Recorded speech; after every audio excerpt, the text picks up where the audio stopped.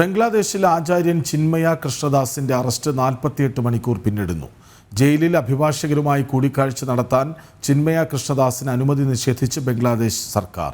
അതേസമയം ഹിന്ദുക്കൾ ഉൾപ്പെടെയുള്ള ന്യൂനപക്ഷങ്ങൾക്കെതിരായ സർക്കാരിൻ്റെ അതിക്രമത്തിൽ ലോകവ്യാപകമായി പ്രതിഷേധം കനക്കുകയാണ്.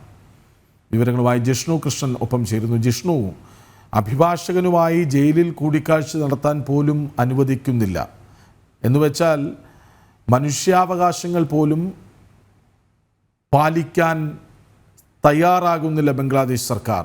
അത്രമേൽ ഭീകര സംഘടനകൾക്ക് അടിപ്പെട്ടിരിക്കുന്ന ഒരു സർക്കാരായി അത് മാറുന്നു അല്ലേ?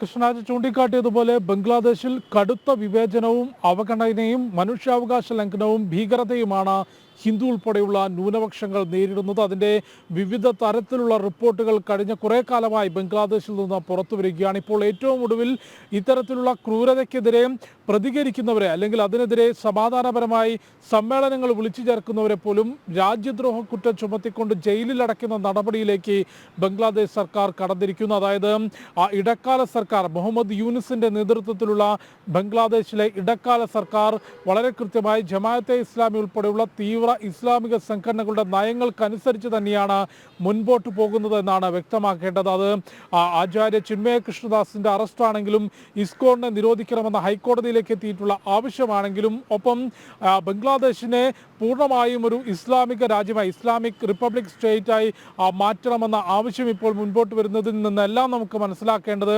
ഇടക്കാല സർക്കാർ മുഹമ്മദ് യൂനിസിന്റെ നേതൃത്വത്തിലുള്ള ഇടക്കാല സർക്കാരും ബംഗ്ലാദേശിൽ കാലം ഇതുവരെയായി അരങ്ങേറി വരുന്ന ഹിന്ദു അല്ലെങ്കിൽ ന്യൂനപക്ഷങ്ങൾക്കെതിരെ നടക്കുന്ന അതിക്രമങ്ങൾക്കെതിരെ കണ്ണടയ്ക്കുകയും ഒരു പരിധിവരെ അത്തരം അതിക്രമങ്ങൾ നടത്തുന്നവരെ സംരക്ഷിക്കുകയുമാണ് എന്നുള്ളതാണ്. ഇപ്പോൾ ഏറ്റവും ഒടുവിൽ ലഭ്യമാകുന്ന വിവരപ്രകാരം കഴിഞ്ഞ ദിവസം അറസ്റ്റ് ചെയ്തിട്ടുള്ള ആചാര്യ ചിന്മയ കൃഷ്ണദാസ് അദ്ദേഹത്തെ കോടതിയിൽ ഹാജരാക്കിയപ്പോൾ ജാമ്യം നിഷേധിക്കുന്ന അവസ്ഥയുണ്ടായിരുന്നു. തുടർന്ന് ജയിലിലേക്ക് റിമാൻഡിലേക്ക് അയക്കുകയാണ് ചെയ്തത്. ആ ജയിലിൽ അഭിഭാഷകരുമായി കൂടിക്കാഴ്ച നടത്താനോ അവകാശപ്പെട്ട നിയമപരിരക്ഷ അല്ലെങ്കിൽ നിയമപരമായിട്ടുള്ള നടപടികൾ സ്വീകരിക്കുന്നതിനോ ആചാര്യ ചിന്മയ കൃഷ്ണദാസിന് അവസരം നൽകിയിട്ടില്ല എന്നാണ് മനസ്സിലാക്കുന്നത്. കടുത്ത മനുഷ്യാവകാശ ലംഘനം അവിടെ അരങ്ങേറുന്നു.